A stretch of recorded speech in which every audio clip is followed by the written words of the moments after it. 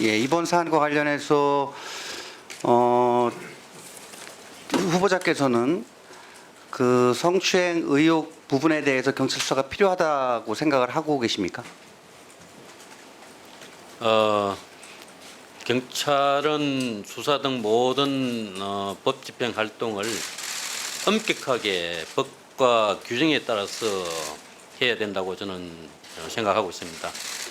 이번 사안 같은 경우에는 피고소인이 사망을 해서 존재하지 않기 때문에 관련 규정에 따라서 공소권 없음으로 조치하는 게 타당하다고 저는 생각하고 있습니다. 일률적으로 사망한 사건이라고 해서 공소권 없음으로 수사를 종결한다면 피해 구제에 한계가 있을 수 있다는 점은 인정하십니까?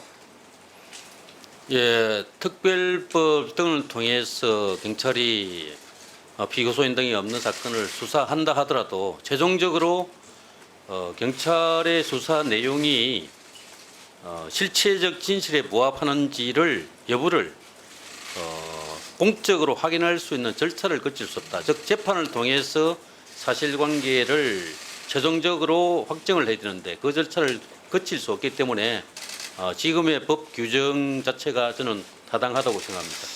본안이 공소권이 없다라고 처분하는 건 지금 뭐 사실상 다른 방법이 없는 거 아닙니까? 아까 예, 뭐 질의가 그렇다고 있었지만 생각합니다. 그 전에 다른 뭐 진상 규명을 요구해서 재수사를 했던 경우에도 고소 또는 뭐 피고발 또는 가해자라고 해당되는 그쪽 당사자가 존재하지 않을 경우에는 수사의 방법도 실익도 없기 때문에 그건 뭐 더 이상 그냥 불가능한 거죠. 예, 저희들이 조사를 했는데 예비 없이 공소권 없음으로 처리를 그러니까 사법 절차로 진상을 가릴 기회는 없다는 건데, 그래서 그러면 국민적 입장에서는 이런 의문이 생길 수 있습니다. 그러면 저희들이 이 진실에 가까이 갈 수 있는 방법들이 최대한 간다면 고소를 제기한 당사자의 입장 또는 이번에 제기된 연관 사건들에 대한 수사 등등을 맞춰보는 걸 텐데, 공소권 없음으로 정리가 되면 이 제기된 고소장이나 증거 같은 것들은 공개가 됩니까? 아니면 그냥 끝나는 겁니까? 어떻게 됩니까? 예, 수사와 관련된 사안은 공개할 수 없는 걸로 알고 있습니다. 그러면 박 시장 사건 관련해서 공소권 없음으로 검찰에 송치한다는 것과 이 사건, 이 수사를 현 단계에서 중단한다는 거 같은 의미인가요? 그런 의미는 전혀 아닙니다. 네. 감사합니다. 경찰 관계자를 인용한 수사 종결 보도들이 거의 매일 언론을 통해 나와요. 이 발언이야말로 피해자를 2번, 3번 무너뜨리고 좌절하게 만드는 겁니다. 경찰의 성인지 감수성이 얼마나 낮은지 단적으로 보여주는 거라고 생각이 되는데요.